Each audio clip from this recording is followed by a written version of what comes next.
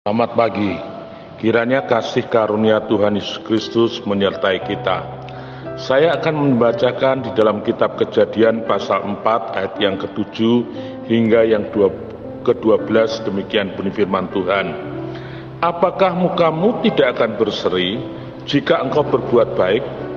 Tetapi jika engkau tidak berbuat baik, dosa sudah mengintip di depan pintu. Ia sangat menggoda engkau, tetapi engkau harus berkuasa atasnya. Kata Kain kepada Habil adiknya, marilah kita pergi ke padang. Ketika mereka ada di padang, tiba-tiba Kain memukul Habil adiknya itu, lalu membunuh dia. Firman Tuhan kepada Kain, di mana Habil adikmu itu? Jawabnya, aku tidak tahu. Apakah aku penjaga adikku?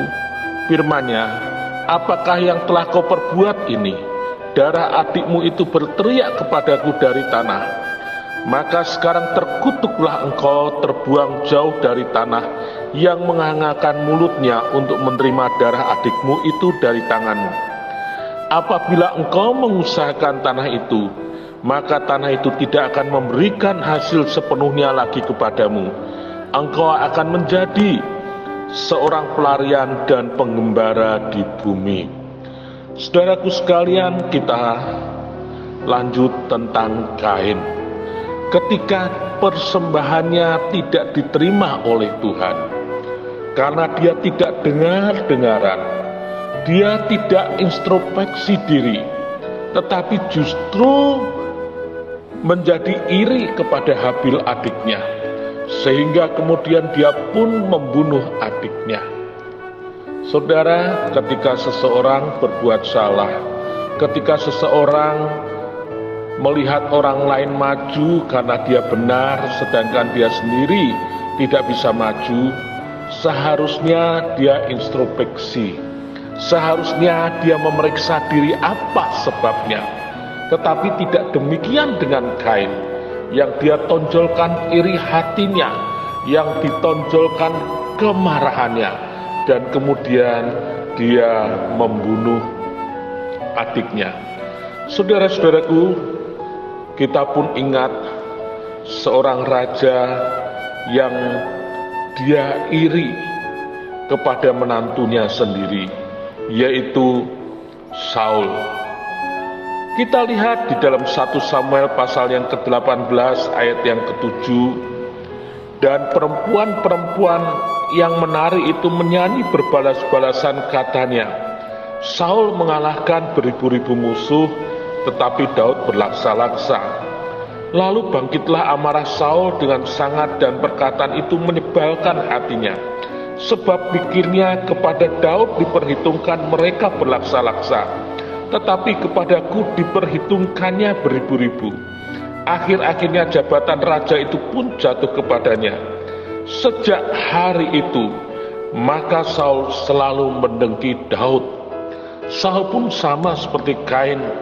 Dia berbuat salah, dia tidak introspeksi, tetapi ketika dia melihat menantunya dipakai Tuhan, justru dia menjadi iri, menjadi marah, dan menjadi dengki, dan berusaha untuk membunuhnya.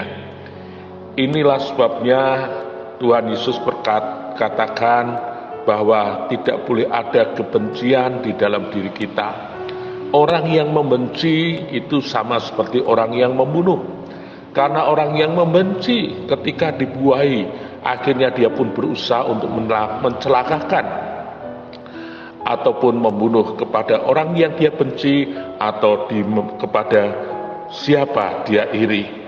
Oleh sebab itu, berhati-hatilah dengan dosa iri maupun kebencian.